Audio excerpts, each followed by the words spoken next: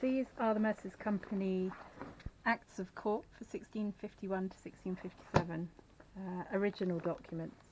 And at the Court of Assistance at Mercers Hall on the 4th of September in 1654, Samuel Mico put himself up for election as master of the company and failed to secure any votes.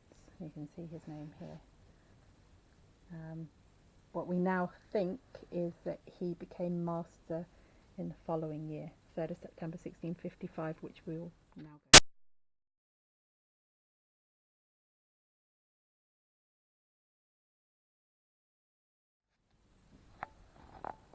That's him attending normal business.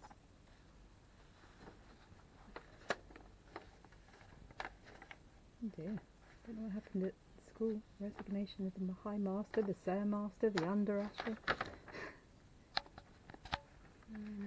You can see Ireland's a continual issue at this point.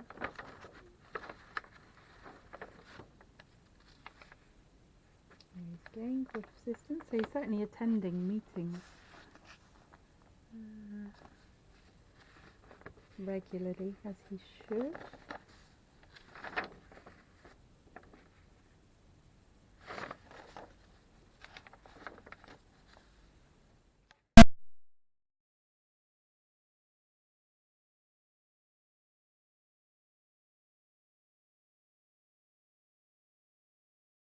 Right, carry on.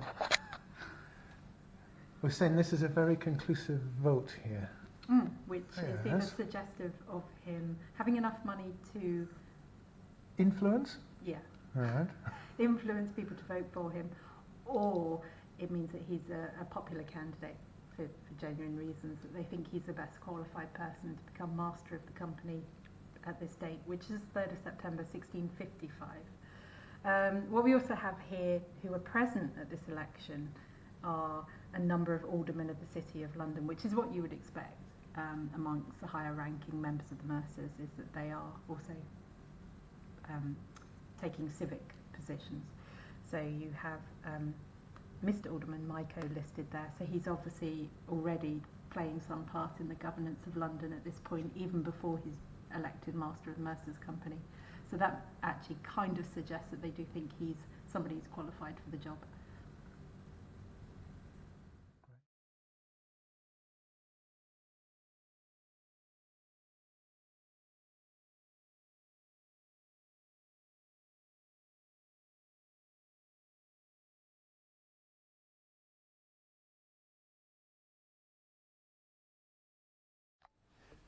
Right, we've got something really special to show trustees now.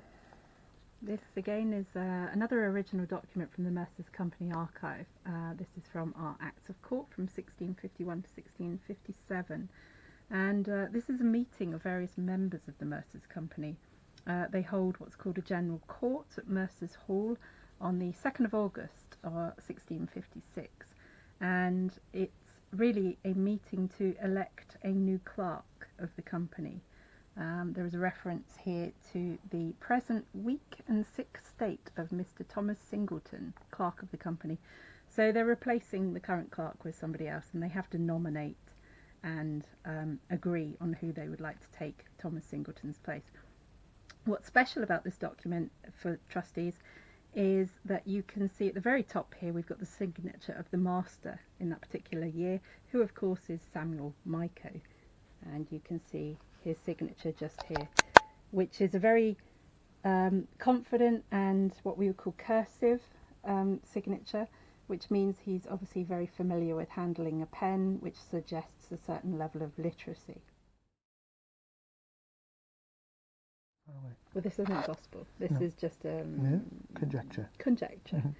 So you can get an idea of sometimes people's ages from their handwriting, particularly in this period of time. That changed from the late 1500s through to the early 1600s. You get a change in handwriting style. 16th century, you commonly get what's known as secretary script. And the key sort of signifier of secretary script is these long H's that drop below the line, or these long S's, something like this here. And what you find in Mico's signature is he's got what's known as an italic hand, i.e. it's got that slant to the right, which not all the signatures have, and that italic hand is a newer style of handwriting that comes in the mid-16th century. Elizabeth I had italic handwriting, but it's a very educated hand, which, as you can see, not all the signatures are italic, which suggests again he has a certain level of education and a certain fashionable style.